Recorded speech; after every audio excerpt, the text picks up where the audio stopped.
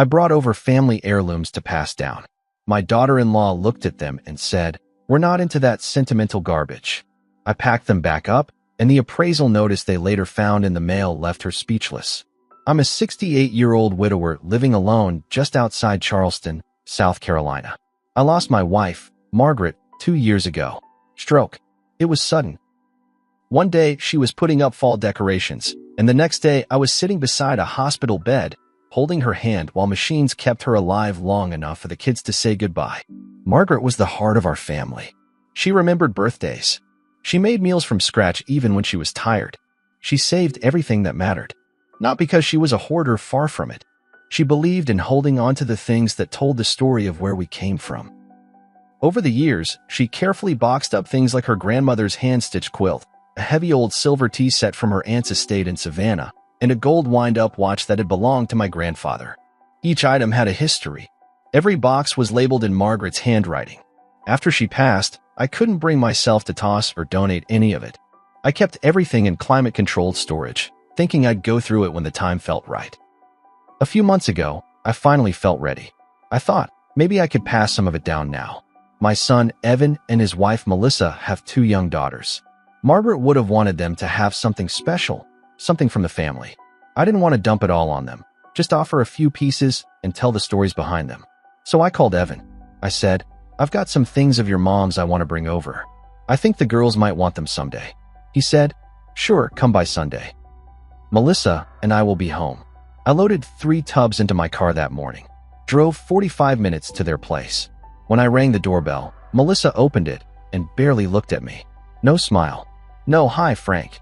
Just turned around and walked back into the house. I stood there for a second wondering if I should just turn around and leave. But I didn't. Evan was watching a football game in the living room. Didn't even get up. "Hey, Dad," he said. "I still on the TV." I sat down on the floor and opened one of the tubs. I pulled out the quilt first. It was folded neatly, protected in a clear bag. "This is the quilt your mom made with her mother," I told them. They finished it just before our wedding. All hand-stitched. Melissa glanced up from her phone, gave a little shrug, and said, "We're not into that sentimental garbage." I froze. "What?" I asked. She looked right at me, didn't blink. "It's just junk, Frank. I mean, we don't need old stuff cluttering the house." I looked at Evan, waiting for him to say something, to defend me, to speak up for his mom. But he didn't even look my way. Just kept watching the damn game. Something cracked in me right then, like a board snapping under weight. I didn't yell, didn't argue. I gently folded the quilt back up, closed the tub, and said, "All right then." Melissa actually said, "Thanks for understanding." I carried the tubs back to the car alone. Evan didn't follow. Melissa didn't offer to help. No goodbye. I sat in my car for a full minute, just staring at the steering wheel. I wasn't crying. Not exactly. But my hands were shaking and my jaw was locked so tight it hurt. They didn't see what they'd done. And maybe they never would. But I did. The next morning, I called an appraiser I'd met at a local estate show years ago. I said, "I've got a few old family items. I think they're valuable. Can I bring them by?" She set up a meeting for later that week. Then I called my estate lawyer and asked to make changes to my will. At the appraisal, the woman was nearly speechless. The tea set was solid sterling, late 1800s, made in Charleston. The original hallmarks were intact. She said it was rare to find one so complete and in such good shape. Estimated value, $11,800.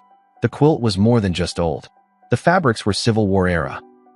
Apparently, Margaret's great-grandmother had stitched parts of it from uniforms and scrap material during Sherman's March. That quilt alone was worth close to $8,000 at auction. And the watch?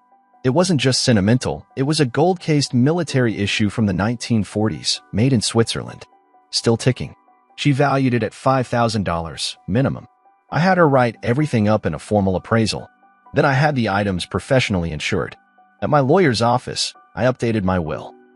All heirlooms, antiques, and anything historically significant goes to my daughter Rachel and her son Caleb. Rachel's always been the quiet one, never asking for much. Caleb is 17 now, and when I showed him the watch, he took it in both hands like it was sacred. "This was great-grandpa's," he whispered. "I'll take care of it, Grandpa. I promise." That was all I needed. I went one step further. I took the appraisal summary and made a photocopy. Put it in an envelope. Wrote, for Evan and Melissa on the front. No note. No explanation. Just the facts.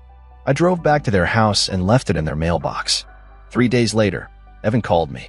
Voice a little tight. Dad, is this real? Which part? I asked. This appraisal. The quilt. The tea set. All this. I said, yeah, all real. All packed up safe. But don't worry. I found someone who still values family. He was silent for a while. Then just said, okay. Melissa never called. Never apologized. Never even texted. But I know she saw the letter. I know she opened that envelope and realized what she had brushed off as garbage. That quilt would have gone to her daughters. That tea set could have been a wedding gift one day. That watch might have been a piece of history to hand down. Instead, they get nothing. And they know exactly why. After Evan's phone call, things went quiet. No follow-up, no thank you, no apology. For a while, I figured they were just embarrassed and trying to move on. I didn't expect much more.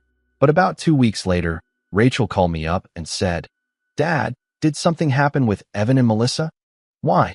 Well, she said, Melissa posted this long thing on Facebook. It was vague, but it sounded like it was about you. Something about how some people try to control others with guilt wrapped in old junk. I didn't even have Facebook, but Rachel sent me a screenshot. Sure enough, Melissa had written a whole rant. It was full of passive-aggressive lines about how family shouldn't use money or heirlooms to shame people, and how she and Evan were choosing to build a clutter-free, modern life without being chained to other people's expectations. The comments under the post were full of her friends saying things like, good for you, and that generation just doesn't understand boundaries. It pissed me off. Not because she lied, although she did, but because Evan liked the post. He even commented, love you babe, Red Heart. I realized they weren't embarrassed. They were doubling down. They didn't just reject the heirlooms. They were trying to rewrite the story. Make it seem like I was the one out of line for trying to pass them down. That made it personal. I didn't reply publicly. I wasn't going to argue with a 35-year-old woman on Facebook like I was in a damn high school drama. But I wasn't going to stay quiet either. I mailed a short, handwritten letter to Evan. Not an email. Not a text. Ink on paper. All it said was, you grew up sleeping under the quilt. Your mother poured her life into making things that would outlast her. If you think that's garbage, you're right. You don't deserve it. But don't twist the truth to make yourself feel better. You made a choice. Now live with it. A week after I sent that, Rachel called again. Evan wants to talk. He asked me to tell you. I said, if he wants to talk, he knows where I live. 2 days later, Evan showed up at my front door. He looked tired. I let him in. We sat at the kitchen table. I didn't know she posted that, he said. You commented on it. He looked down. I know. I was trying to keep the peace. You kept the peace by insulting your mother's memory. I was offering you a gift, Evan, and you sat there like it was a burden. He didn't argue. That surprised me. I messed up, he finally said. I should have said something when Melissa made that comment. Why didn't you? I didn't want to fight with her. You know how she is. I stared at him. Yeah, I do. But now I know how you are too. That hit him. I could tell. He asked if I would consider changing the will back. I said, no, I'm your son, he said. I nodded. And Rachel's my daughter. And she didn't spit on her mother's legacy. He didn't stay long after that. A few weeks passed. Then Rachel called again. Only this time, she was angry. Apparently, Melissa had told her own parents my version of the story. Except she flipped it. She said I offered them broken junk, that I'd gotten weirdly controlling about it, and that I was punishing them unfairly for not wanting dusty crap from 100 years ago. So I sent one more envelope, this time to Melissa's parents. Inside, I included high-resolution photos of the items, the full appraisal, and a short letter that simply said, since Melissa considers this junk, I thought you might appreciate knowing what was actually offered. No hard feelings, just facts. That's when the real shift happened. Because about a month later, I got a letter from Melissa's mother. She apologized. She said she was sorry for how her daughter had treated me. She said she would have been honored to have any of those heirlooms in the family. And then she added something interesting. I didn't raise her this way. I don't know what changed. It was bittersweet, but at least someone understood. That summer, Caleb came to visit for 2 weeks. I showed him how to wind the watch, how to polish the silver, and how to store the quilt so it wouldn't fade. He asked me to write down the full stories behind each piece, so he could remember them when I'm gone. I did. Meanwhile, Evan and Melissa never brought it up again. But the distance between us is now permanent. I go to holidays at Rachel's. I send birthday cards to my granddaughters, but I don't visit. They made their choice, and I made mine. About 6 months passed. I was settling into a new rhythm. I spent more time with Rachel and Caleb, less with Evan and Melissa. I figured that part of my life was just cooling off. That's how it goes sometimes. People drift, and it's not always worth pulling them back. Then something happened I didn't see coming. I got a call from the Charleston Museum. Apparently, the appraiser I'd worked with had mentioned my quilt and tea set to a curator friend. They asked if I'd consider lending the quilt for a special exhibit on South Carolina domestic life during the 19th century. I said yes. It went on display in the fall.